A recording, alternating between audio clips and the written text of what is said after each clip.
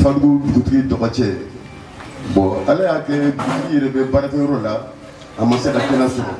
donc a ye ne bila ko n ka na a tɔgɔla kuma fɔ ko ka jama fo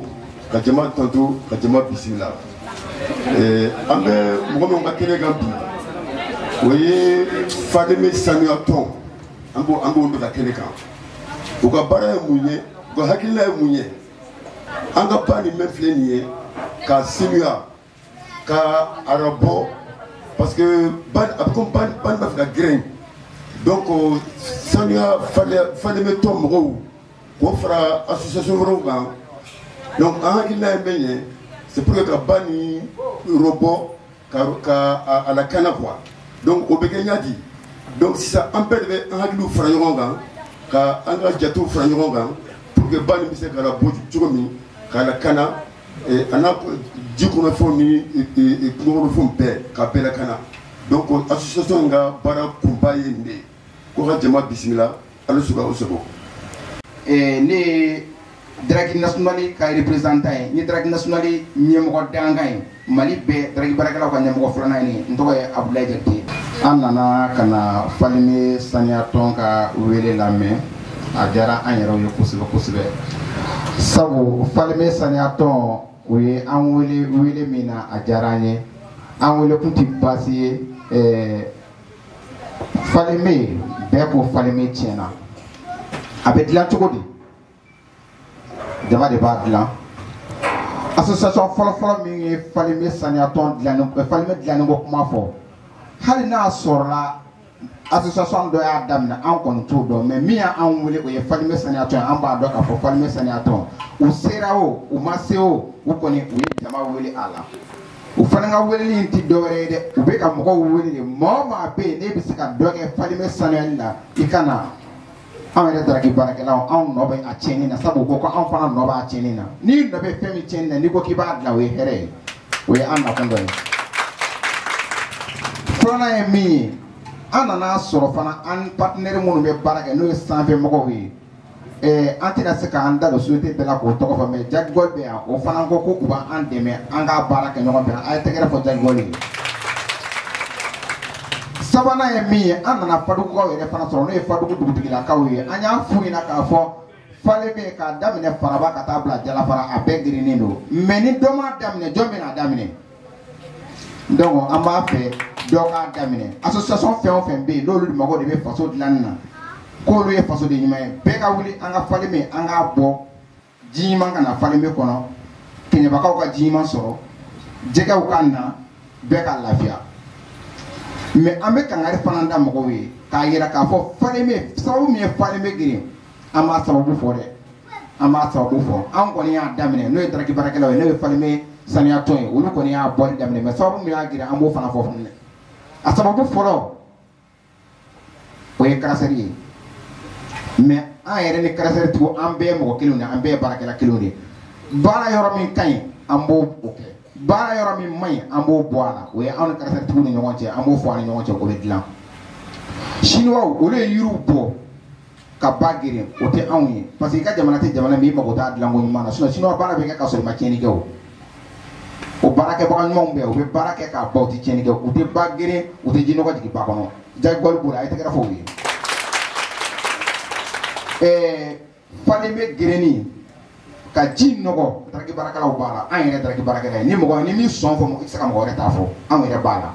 mais o fana bɛ organiser an sigikun ye nin bɛɛ de ka nin bɛɛ dilan jamanaden ka hɛrɛ sɔrɔ jamana ka hɛrɛ sɔrɔ jamana kɔnɔmɔgɔw ka hɛrɛ sɔrɔ laɲini y'o de ye o tuma an bɛ bɔ kuma na nin yɔrɔ la an bɛ Fadugukaw fo ka Fadime sanuya tɔn fo. Moi c'est Adama Guindo, je suis le chef de service et assainissement contrôle pollution et de naissance de Kenyaba. Aïwa, yani kuma kadamene. D'abord, mais pour le périple la Fadougou d'Outiguier. Nous, voilà là. Et monsieur le maire ni Akadjamon, nous avons Philippe la Ouloula. Nous avons la même Philippe la préfet, Philippe la comment on appelle la Saniaton, fallait même rouiller. Nous avons là, Philippe la partenariat. Partenaire millier et comment on appelle là, le projet des Gold et dans les PDG Amaral Jacquier. Pour le périple kanga bla aller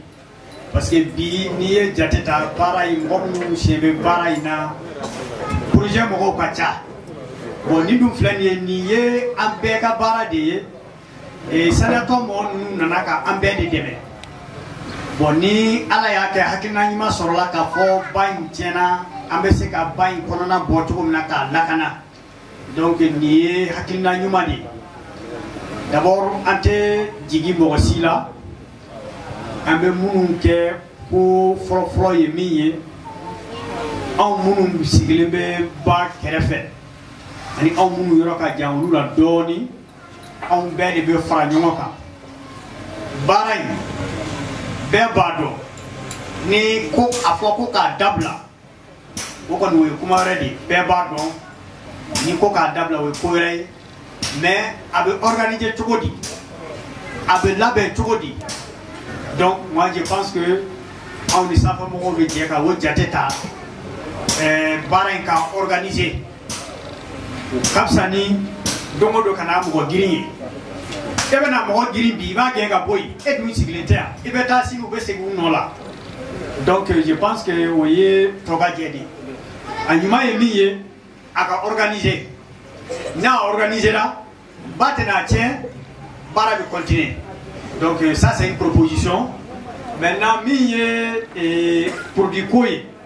mon chama beaucoup pour du coup là, mais ils ne sont pas techniciens à la matière. Vous voyez, toi quand il s'agit de Barate, ou bolo, je ne parle pas de produits utilisés. Je ne parle pas de amena, je ne parle pas de amena, je ne parle pas d'interdit, mais à Ketougo de Sanjira. Bon, nous au centre il faut qu'on encadre. Sinon, nous, produit co, je vais essayer qu'à barre des produits à utiliser. Mais produit, il y a une télé, il y a une télé, il y a bali, à Canada. Produit de bon malaya, mais avec d'autres produits. Donc, il faut que depuis frontière là, femme ou diantois là, à Canada. Sinon, on a donné à contrôler le guerrier. Comme billet barre n'y bladé, donc ni bibora là. Ni bara damle ni bada bada donc en moi ko be beka demela bon saniato bo mu fleni ni ala sona chou ani clé nous mako jora awna aw sey miye amu luke ministre ye weleli bla kunu ko nga fere beke ko kana nali kadi ale yere mais bi ti do tunaka ale sekala ya laso donc voilà pourquoi nenana sinon nali kadi ministre yere merci. Netoro Moussa Diakité le jago représentant mais kuma anga nyamoko ka nyamara ko lo yambara Diakité kada association faleme saniato mo ka ko kan ame fodi do lu yere ma ka fodi dugutigi ma ka fodi di jeunesse yere fana ma fadu saniato mo no uye ide metata ni ide nyanamaye sabla faleme ni ta i jok alla je bibina ka imiri akunna kan imira bila ire bina yi ka fo tien ere la tien duna faleme kono ni mo mi o media ta pour que o se ka ke na tuba la tugomina vraiment an se ku sara sorola mi se ka fo fadugu fefembe faleme kere la dugu be ka taga fo faleme dana o se ka o sara sorola parce que o media mi no be se ka nga faleme la se ka tuba korola al sa metana to mo fola no temena ka boy jagol yere aw yere ni media ya amena sabula ni anga baraw ta kala je faleme kere frawla ame barake yoro yoro na yiru tige ka boy ka nga baraw ke na tilala ame tiyo pe datugu kada mun kan sabula ni yiri te yoro iba ye jiko ga gere ja ka teri ga do o dugu la c'est pour cela ay ni ye amena ka fo na yoro tien anta to anga la be dingo dinga na ya si amba datugu na okliba la mai 2021 pour feto ba kerefela ay ni wasato ani société civile anyala la ko lu be fermé anki la yo chama e mediaula ni an yɛrɛ mɔgɔ sɔrɔ min bɛ se ka o idée développer n'o ye saniyatɔ mɔgɔ ye halisa an b'u fo k'u waleɲuman dɔn u ka continuer o la mɔgɔ bɛ se k'u dɛmɛ nin ko in na quand même kɔni an kɔni kɛra mɔgɔ fɔlɔ ye parce que ani ne tun b'an kɔnɔ a mɛnna an ma mɔgɔ sɔrɔ min bɛ se ka a sen ta mais n'a ye wasa saniyatɔ mɔgɔw y'a kɛ an kɔni bɛ k'u ka sponsor ye fo ka min kɛ n'o bɔra yen an b'a ɲini bɛɛ lajɛlen fɛ draguimaniw an bɛ ka exemple mun yira olu fana k'o exemple kelen kɛ ni u taara yɔrɔ u k'a essayer k'o yɔrɔ lakana sabula n'i y'a ta k'a lajɛ olu bɛ baaraw kɛ yɔrɔ dɔw la tiɲɛ yɛrɛ la mana sachet ni fɛn caman bɛ yen nɔ olu bɛ don fɛn na u ka ɲɛmɔgɔ mun bɛ yan u b'o fara u ka bolo fana kan ka yɔrɔ fana saniya i n'a fɔ Assainissement y'a fɔ cogo min n'o kɛra a bɛ yira dɔw la parce que n'i ye dɔw ɲininka bi olu yɛrɛ bolo sa ba in tɛ se ka récupérer tuguni mais an b'a yir'u la ba in a tun bɛ cogo min fɔlɔ n'Ala sɔnn'a ma an b'an se ni an ka dɛmɛyira bɛɛ kɛ k'a kɛ ten voilà kuma tɛ janya sabula caman fɔra ni ko n bɛna dɔ fɔ n bɛ segin mɔgɔw ye dɔ fɔ ka ban n bɛ segin olu taw kan mais quand même an kɔni halisa an bɛ bɛɛ lajɛlen fo diagoal kɔni a bɛ bɛɛ ka yamaruya la a bɛ bɛɛ ka bila la fana merci. ok ni y'an wula ka nin laɲiniw ɲini parce que bani bɛɛ b'a la a tiɲɛna a bɛ dilan cogo di an ka laɲiniw ye donc an wula ka fara ɲɔgɔn kan an ka partenaires bɛɛ wele an mago bɛ bɛɛ la parce que mɔgɔ kelen tɛ se ka baara kɛ bamananw ka kuma ko bolo kelen tɛ se ka bɛlɛ ta donc an mago bɛ bɛɛ la mɔgɔ o mɔgɔ hakilina miirina ye ko Falemɛ bɛ se ka dilan cogo min na an mago b'o tigi la donc a barika Ala ye an wula ka minnu kɛ fo ka na se si ma nin ye baara daminɛ de an bolo nin ye baara daminɛ de parce que lancement o ye baara daminɛ de donc a barika Ala ye an ye partenaires minnu fana sɔrɔ ka fara an kan an b'u fo an b'u waleɲuman dɔn parce que mɔgɔ n'i ye hakilina ta k'i bɛ fɛn mun kɛ n'i ye mɔgɔ sɔrɔ mun b'i dɛmɛ a ko la parce que a tigi ka ko don valeur la an ka foli belebele b'u ye donc halisa an b'a fɔ jamaw ye an bɛɛ k'an tɛgɛ fara ɲɔgɔn kan association bɛ Mali kɔnɔ bi an mago b'a bɛɛ la fɛn o fɛn ka laɲini ye ko Falemɛ bɛ se ka dilan cogo di an b'o tigiw nɔfɛ an tɛgɛ bɔlen bɛ bɛɛ ye parce que mɔgɔ kelen tɛ se ka baara kɛ ka taa wuli kɔfɛ ka taa bila fo Masakama dugu ma an b'a bɛɛ kalama cɛnni bɛ yɔrɔ o yɔrɔ an b'a dɔn mun ka se ka dilan cogo an b'o laɲini de ɲini o laɲini de bɛ an bolo bi o tun baara daminɛ de ye bi ye an bɛ se k'an tɛgɛ don baara kɔnɔ cogo di an ye partenaire fɔlɔ minnu sɔrɔ an bɛ foli belebele di olu ma minnu y'an ka mɔgɔw bɔra sa kuma kɔnɔ an ka foli b'olu ye an waleɲuman dɔw b'u ye parce que n'i y'a ye k'an wulila ka se olu ma wulila ka se an ma miirina mun bɔra n'an ka miirina a bɛɛ kɛra miirina kelen de ye parce que a tiɲɛna a bɛ dilan cogo di parce que Bob Marley ka kumakan don un problème sans solution c'est pas un problème chaque problème il y a une solution dedans donc bamanankan laban bɛ problème tɛ solution tɛ problème mun na an wuli ka solution de ɲɔgɔn bolo di an kana sigi k'an tɛgɛ fara ɲɔgɔn kan k'an tɛgɛ courage donc o de y'an ka laɲini ye an bɛɛ ka fara ɲɔgɔn kan ka se ka bani dilan n'a dilanna bi a bɛ ɲɛ an de ma bɛɛ ma sini a kɛcogo b'a kan sallallahu Muhammadu. Ani y'a tɔn fo parce que adamadenya hakili don n bɛ Fadugu fo ka Madinɛni fo ka Musala fo ne tɔgɔ ye Sumayila Kante mais kɛrɛnkɛrɛnyala ne ye Kangabaka ye mais n ye yan sɔrɔ Daraki Barabolo de ma depuis Daraki fɔlɔfɔlɔ minnu nana Falemɛ fɛ yan an de ye kulɔnsɛriya ko la société fɔlɔ Soma Or SA a Bakari Dumbuya ka société don an ye baara ko la yan an tun bɛ baara kɛ ba nin kɔnɔ an b'an ko a ji la an bɛ tila an bɛ tobili k'a ji la hali seli bɔrɔsɔni n'i tun jiginna ji kɔrɔ i b'a ye an ye san 17 de k'o la ba nin kɔnɔ yan an b'o cogo la baji ma buru a ma kɛ foyi ye mansin bɛ ji min bɔ ba kɔnɔ o tɛ ba tiɲɛ bɔgɔ min bɛ bɔ sanfɛ k'a ko k'o ji kɛ ba kɔnɔ k'o bulu jigin ba kɔnɔ o de bɛ ba tiɲɛ kɛrɛnkɛrɛnyala ba yɛrɛ tiɲɛli daminɛ nin ye a san 4 de ye k'a tiɲɛ ka s'a dan na nin y'a san 4 de ye n'o tɛ ne kɛ ka daraki baara daminɛ ɲinɛ y'a san 27 de ye an bɛ falen bɛ ji min an b'an ko a la an bɛ tobili k'a la mais ko n'a tiɲɛna minnu yala a bɛ da o de kun n'o tɛ daraki bɛ baara kɛ ba kɔnɔ i b'a fɔ a bɛ ba dɔ si bon minnu yɛrɛ fana ko daraki bɛ jɛgɛ yɛrɛ de caya daraki bɛ dingɛ min sen jɛgɛ bɛ fa la o de kɔnɔ wa daraki bɛ yɔrɔ min sen a bɛ tila k'o lafa kɛrɛnkɛrɛnnenya la ba gweneni o ye siniwaw kɔ mais baji tiɲɛli o ye karasɛ kɔ ne tɛna kalon tigɛ n tɛna musaka kɛ ne ye daraki baara daminɛ ne Mali kɔnɔ ne ɲinɛ n b'a la fo bi n b'a la i y'a faamu donc n'an ko ko k'a dilan yɔrɔ an bɛ de k'a dilan karasɛri baara la bɛ se k'a ka karasɛri baara ba ma tiɲɛ siniwa b'a ka baara kɛ ba ma tiɲɛ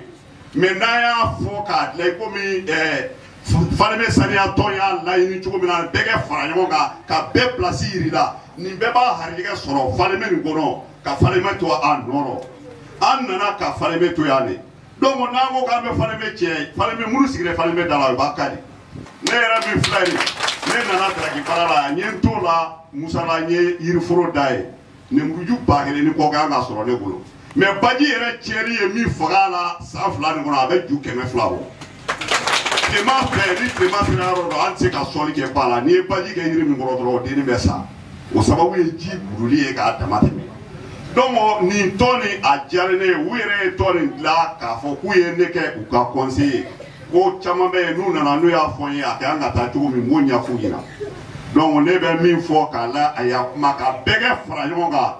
ni tɔn gansan tɛ ten dɛ dugu min fɛn fɛn bada fɛ k'a minɛ a fo lɛgɛ kɔtɔ bɛɛ kɛ fara ɲɔgɔn kan karasɛritigi i kɛ i ka fosu sen sanfɛ i bɛ ji min sama i ko sama ba la i bɛ ji min nɔgɔ i ko kɛ dingɛ kɔnɔ walayi kalo 2 pe an bɛ baji min a man kɔ a la ne y'a faamu ni sécurité mɔgɔw sera ka o yɔrɔ ka di se k'a bila ba kɔnɔ karasɛritigi bɛɛ i bɛ ji min sama ba la o tɛ problème ye e bɛ ji min nɔgɔ o min bɛ jigin ba la o de bɛ ka ba tiɲɛ n'o tɛ ba ji buruli o ye karasɛri de kɔ n'o tɛ daratigi bɛ dingɛ de sen darakitigi tɛ ji buru an ye san 20 san 27 i bɛ baara min na kɔni an b'a min o la an bɛ tobili k'a la yarɔ kɔni o kɔni tɛ ji buru ɔ donc ne bɛ min fɔ ka a la ninnu ka kuma kan ka jama fo ka janukɔli fo a denmisɛnnin min a mara ni denmisɛnnin sɛbɛn don ne b'a fitinin a bɛ taa an fɛ an ka société in na yan donc hakilima don n'a ko k'a ni ninnu bɛ fara ɲɔgɔn kan ka baara kɛ u kɛ ɲɔgɔn minɛ n'u ye ɲɔgɔn minɛ ni ala sɔnna mɔgɔ wɛrɛ bɛ fara u kan hali bi ta an bɛ dugawu kɛ jamana ye ala kɛ jamana lakana ala kɛ jamana kolo suma hakilina ɲuman bɛ mɔgɔ o mɔgɔ la ala kɛ bɛɛ dɛmɛ o hakilina o la jiba ɲuman kanu kosɔn sɔrɔla Muhamɛdi.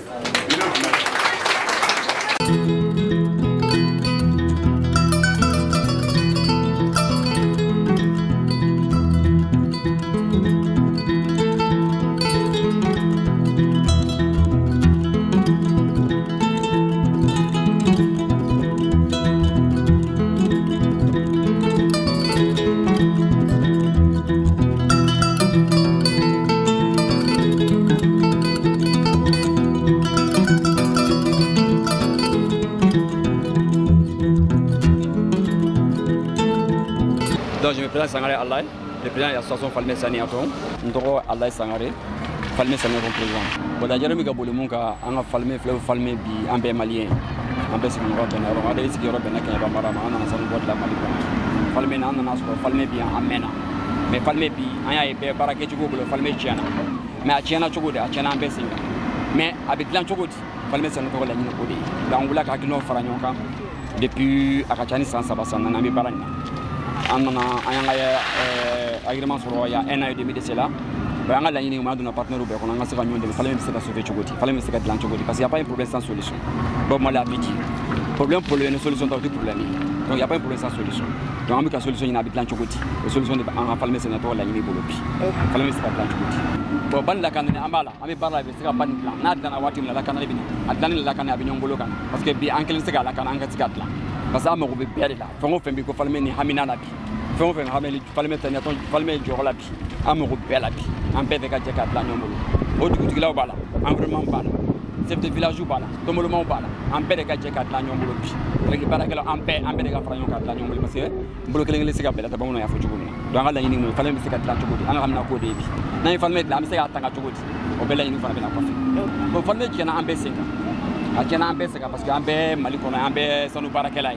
ba sanu barakala bi la ñini mo ke ay barani damine ay ka ko barakala ko me na me bi masum na am siga mun bi siga sanu la bo ban nu ko na bo cugo abochugo kera chugo di bi abochugo kera kololay amabi mais bara mi sega la dan chugo ambo kololay pour que sega kololay bara kon angala yino ede bi fale mi sega to kala yino ede bi am sega bara ka bo kololay kono chugo ka bani sania ka bani sega anno korola anga hamina ko ede gisal ma ka so kenya ba mara be bulu ko kata falme ko wata da falme ko kuma je kuma la mumba ambulo ni ay ka fa na ka lancement ke fadugu yambi parce que ayala fadugu e chamanche di chamanche yoro mi na falme chamanche di parce que bi ani Sénégal bi damine fe kolati parce que ni ay falme bi falme am ko sabadi falme jala Mali bala la Guinée bala Sénégal bala Mauritanie bala maintenant falme be sekat la ambulo kala cogodi ambe be jefara ñoo kat la amago bede la falme ni bede be sekat la parce que ankelin sekat angoli la ñike ankelin mu falme be sekat la parce que pour les solution timuna amba solution to na ya solution ne kapa am seka la kana cogodi ambe be je kala kana ñoo voilà mais anga la yini re ñesine do femma o ye kadima baga jekulu ñini ka fara an yere kan ka falme kono na bo parce que fɛn o fɛn ni tɔgɔ fɔra la hali n'a kɛra ni faamuyali baliya de ye ko daragitigiw de ye bagiri hali ni faamuya baliya don parce que daragi bɛ ba in kɔnɔ hakili la nin n'a san 20 ani caman ye a bɛ san 30 yɛrɛ bɔ daragi bɛ ba in kɔnɔ a kuma tiɲɛ quoi sababu dɔ nana n'a tiɲɛni ye n'o ye karasɛriw ni fɛn baarakɛminɛn wɛrɛw ye mais daragi tɛ mais ni a initiative bɔra ko anw de nɔ don diyagoya ye n'a bɛ bɔ an fana kan k'an cɛsiri a bɔli la o de nana ni nin an y'an cɛsiri a bɔli la ka dɛmɛbaga jɛkulu ɲini an yɛrɛ la ka fara an yɛrɛ kan pour que an bɛ se ka jɛ ji bɛ kale yɔrɔ o yɔrɔ la an b'a fɛ k'olu yɔrɔ bɔ ji ka se ka tɛmɛ cogo ɲuman ɲini quoi an b'a ɲini an yɛrɛ baarakɛɲɔgɔn tɔw fɛ n'o ye sanu baarakɛlaw ye sanu baarakɛla bɛɛ bɛ fa kelen ba kelen n'i ye sanu baara dabila Mali in na i ye kɛlɛ bila wuli i bɛ sanu baara organiser a se ka dabila donc an b'a ɲini dɛmɛbaga jɛkulu bɛɛ fɛ sanu baara a ka organiser hali ni jamana ma se ka organiser an yɛrɛ ka organiser an yɛrɛ ye juguman minnu b'a la an k'olu bɔ a la ɲuman minnu bɛ yen an k'olu kɛ o y'an ka laɲini ye min sɔrɔ ka fɔ ɲɛna o de ne tɔgɔ ye Bakɛ bon a girilen min filɛ nin a y'an kɔni mago sa fo mago sa da sabu ne bɛ Fadugu yan ɲinɛ y'a san 11 de ne ni daragi mɔgɔw de bɛ baara kɛ daragiw bɛ baara kɛ an bɛ ji ta an bɛ taa tobili kɛ n'a ye mais depuis ba in kɛra tan ye ba in n'a fɔ ba in yɛrɛ ka kɛra tan ɲinɛ a daminɛlen san 3 ɲinɛ ye bi hali kanna jɛgɛ bɛ yen i bɛ taa i t'a sɔrɔ an ka boso caman de tun b'a bɛɛ t'a la mais o kɛlen bɛ ka ko in da daragi min kunna daragi sen t'a ne ni daragitigiw bɛ baara kɛ a bɛ san 11 bɔ bi n bɛ mɔriya kɛ n bɛ mɔni kɛ ba in kɔni k'a minɛ yan ka taa bila fo masakama n b'a bɛɛ kalama donc aw nana min na a diyara an ye a bonyana an ma quoi sinon a kɛra an kɔni ma kuma suli yɛrɛ de a kɛra an ma garisɛgɛ tiɲɛ a kɛra an ma sɔrɔ tiɲɛ yɛrɛ de ye parce que bi bi in na hali jɛgɛden kelen i bɛ se ka bɔ i bɛ heure 2 kɛ i bɛ mɔni kɛ hali jɛgɛden kelen i t'a minɛ ne y'a ye don tɛmɛna don na Fadugu yan Fadugu bɛɛ bɛ ne dɔn ne kun taara mɔni kɛ heure kelen ne kun na ne bɛ 20,000 bɛn 30,000 feere hali samakɛ bɛ a bɛn don donbiya bɛ a bɛn don o ye daragimani an mɛna ɲɔgɔn kan kojugu mais bi ne bɛ se ka bɔ taa ba kɔnɔ hali garamu kelen ne t'a sɔrɔ kuma tɛ kilo ma donc ɲɛtaga mɔgɔw o ye nin min kɛ donc a diyara n ye a bɛnna n ma quoi a kun diyara n ye boso dɔ ka sɔrɔ yan ne ni min bɛ mais Sumala Kante bɛ yan o de y'an bɛɛ ɲɛmɔgɔ ye Fadugu mara in na yan a fana nana yan a bɛ mɔni kɛ a bɛ daragi baara kɛ an kɔni ma tiɲɛni foyi ye daragi fɛ k'a fɔ o de bɛna ba in tiɲɛ ou bien o de bɛna jɛgɛ bali sɔrɔ la ou bien fɛn wɛrɛ na se t'i ye n'i ko bɛ kuma i bɛ lamɛn wa chef de nation an kɔni mago sara an boso kɔni mago sara donc an kɔni an ni daragitigiw minɛ ɲɔgɔn kan an kɔni ma tiɲɛni daragi fɛ yan dɛ daragi tɛ foyi kɛ ba la an bɛɛ ka hɛrɛ bɛ daragi la daragi yɛrɛ n'i y'a sɛgɛsɛgɛ k'a jateminɛ Mali yɛrɛ kɔnɔ daragi fɔlɔfɔlɔ ye minnu ta a bɛɛ ye Mali faamaw ye mais don n'a da kelen maa ma mɛn o da a bɛ taa maa ma mɛn da a bɛ taa an boso an b'an ka hɛrɛ sɔrɔ daragi b'a ka hɛrɛ sɔrɔ donc n bɛ min fɔ Mali faamaw ye daragi ko in o ko b'o ka ido kɔnɔ min kɔni bɛ ba tiɲɛ ala nin min filɛ nin hali an maraka yɔrɔ in filɛ nin a y'a baara ne kun ye jɔ nin dingɛ kan wallahi f'i bɛ ɲɛnamini mais a y'a baara a tilala ne ko bɛ wari de kɛ k'a datugu ka taa ni miliyari mais a y'a bɛɛ datugu k'a kɛ i n'a fɔ gitɔrɔn n'a y'i ja i bɛna siyara n'a y'i ja i b'a kɛ dugu ye n'a y'i ja i b'a kɛ foro donc anw kɔni ma kɛnɛ mɛn ba in kɔni kɛnɛ dɛ i y'a fɔ ba in kɛnɛ bɛ naji yɛrɛ nali daminɛ ji bɛ se ka kalo 1 kɛ ama sika hal kilo kelen budi donc ka wuli ka ala kira kama ba do bay mi sika nyene bo am sika anda hini mi soro chum sina ngon dabale balelu so Allah sinna muhammad ni